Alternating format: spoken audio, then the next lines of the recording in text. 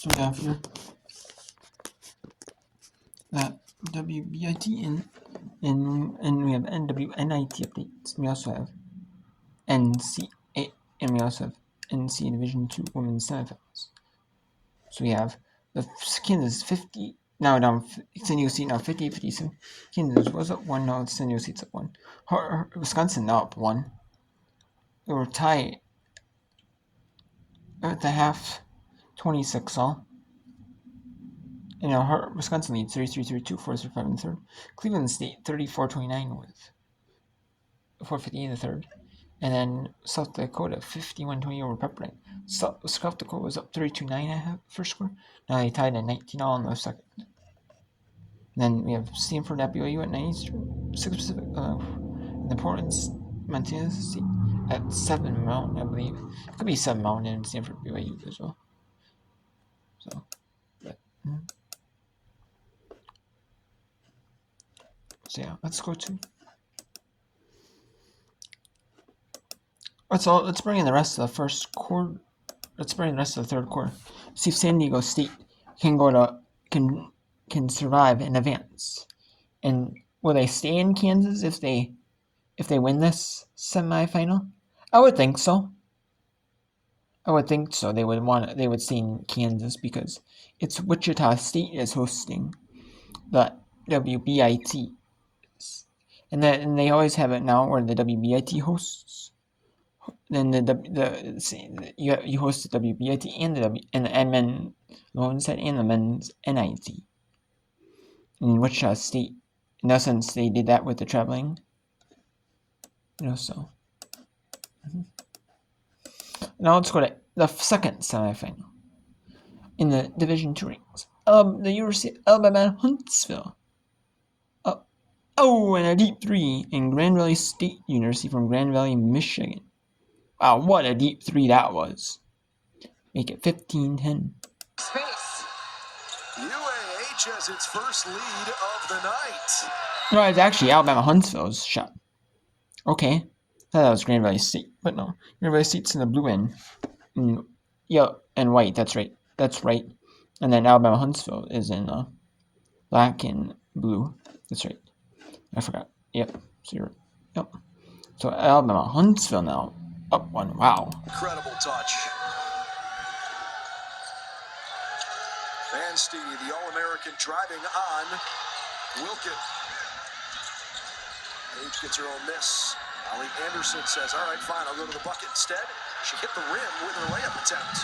Right now, Grand Valley offensively not efficient at all. It just looks like they're rushing their shots a little bit and expecting contact around the rim that's not coming. Bad screen set by Prikoski. I mean, this game is really for UAH going to come down to they're the underdog. You got to play with that chip on your shoulder. They're not expected to win this game. But again, you have to do all the little things right. You can't have unforced turnovers. You got to be winning 50-50 balls. You have to box out and limit Grand Valley State's looks around the basket on offensive boards. I don't know that Alan Sharp needed a Herb Brooks moment before the game. I think that's probably overselling because the Chargers have had an incredible year. But I think there was an element of, okay, listen, if we can be us and we can hit the threes that we're capable of hitting, we can apply a lot of pressure on the Lakers. And then go play and see what happens. The pressure you're going to apply is going to be on the offensive end because you have the ability to hit the three ball at such a high clip. And not just one player, all 5 on the floor. Second chance, White in trouble. Prikoski raises mid-range. Deep mid-range at that. We're already seeing Grand Valley State offensively, because they have bigger, longer guards, they're even posting up their guards one-on-one. A wide-open rhythm shot, Mackenzie Bisball. Right now the Lakers are not shooting it well at all. They had 6 straight misses before finally hitting that layup from Van Stee. Right back to another 3-ball that's off target.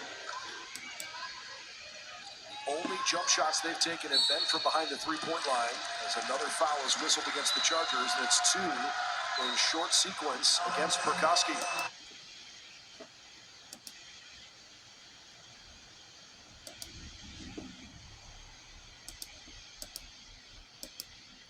Okay, so now let's go to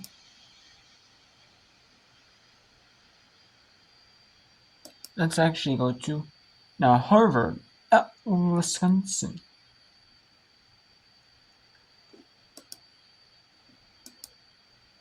Harvard up 1 now with 2:45 to go in this third quarter. And this is a tight game here.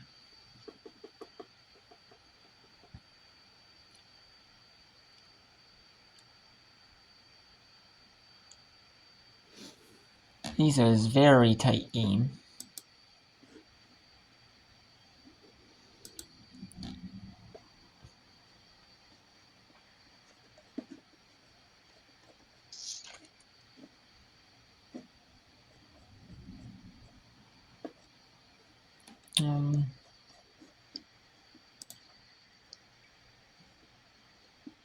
Let's see here.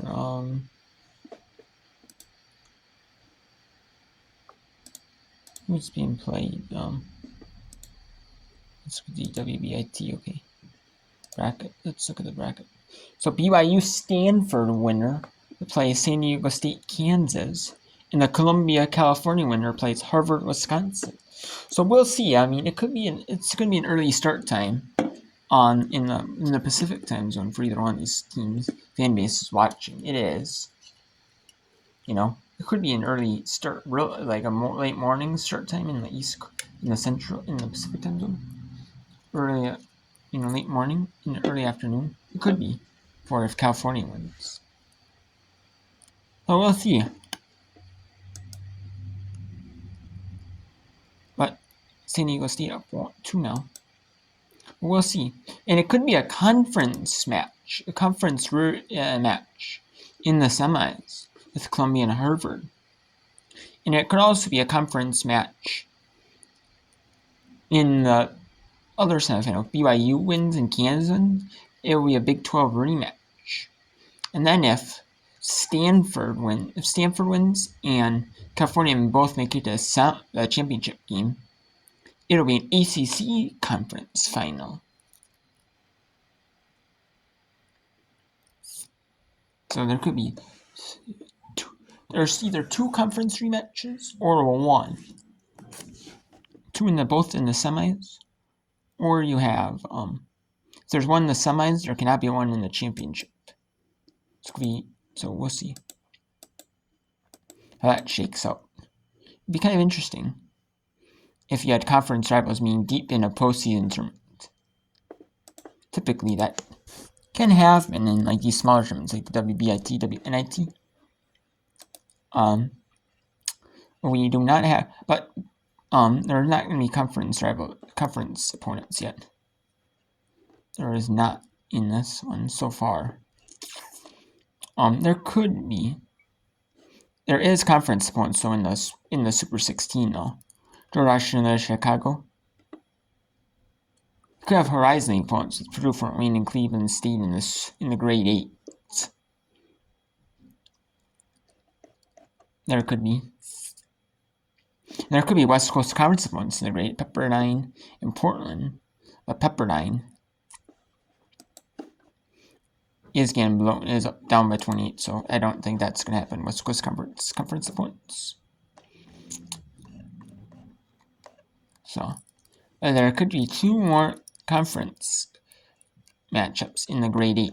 Like I said, Purdue, Fort Wayne, Cleveland State play each other, and then Pepperdine and Portland would have to play each other. But I don't know if Portland is going to win that one. So we'll see. If Portland doesn't win, I'd be shocked. But most likely, it's probably going to be Cleveland State and Purdue, Fort Wayne if there are any more conference opponents meeting in a postseason tournament. In the NCAA tournament, there is conference opponents meeting up. It could be if UConn wins and Notre Dame will win, North Carolina and Notre Dame win, there'll be conference opponents in the Elite 8. Yeah. And then Minnesota State meeting up as conference opponents in the Sweet 16. Kentucky, Texas, Oklahoma, South Carolina meeting up as conference opponents in the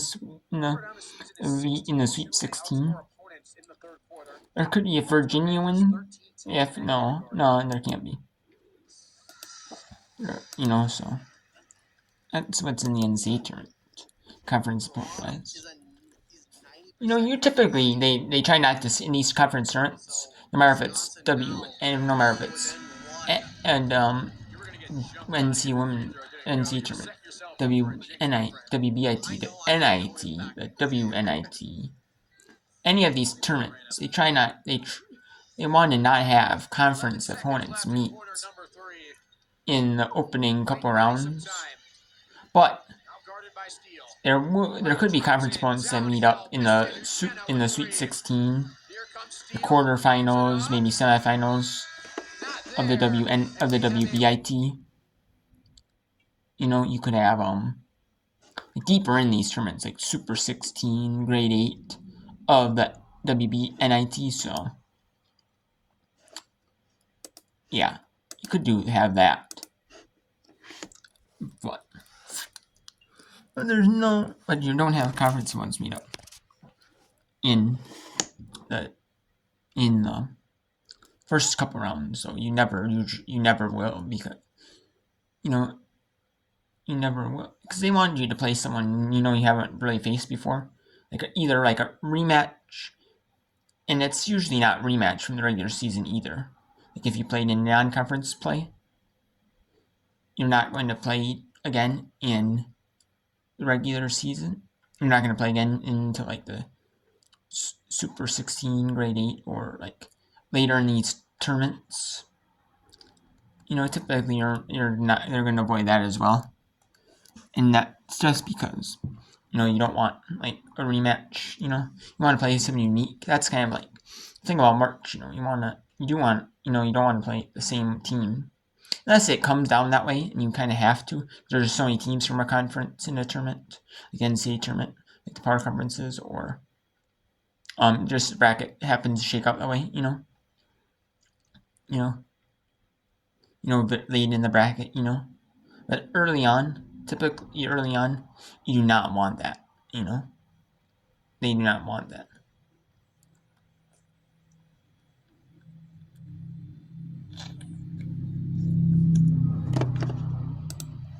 Burhol staying with Maples. Here's the step back, well short. And 1.5 on the clock left here in the third quarter. Kayevich will check in, so Maples doesn't pick up a third foul. Kirsten Burholst is going to sleep well tonight. The effort that she's given on the defensive end, and she has been absolutely extraordinary. And that's going to be it. Cleveland, so San Diego State and Kansas, 65 all with 7:50 in the fourth. Harvard, Wisconsin, right now. It's 39-30 Harvard over Wisconsin, and Cleveland State 41-32 in Middle Tennessee. South Dakota 5-0 run in with 5:57 in the third. They're a little sluggish, but South Dakota could be playing some more of their reserves right now, because they don't want to risk injury their starters, or they want to give their starters a rest, because they're gonna have to play either. They're gonna have to play on Saturday, Sunday, or Monday. Could be Sunday that they would have to play each other. That Pepperdine, South Dakota winner, and Portland, Montana State winner would play, and then women's NIT courts, and the women's NIT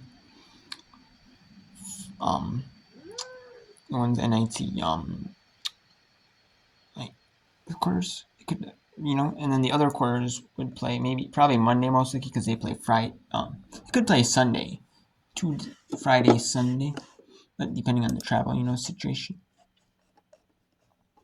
A long way to travel. They could play Sunday. They could play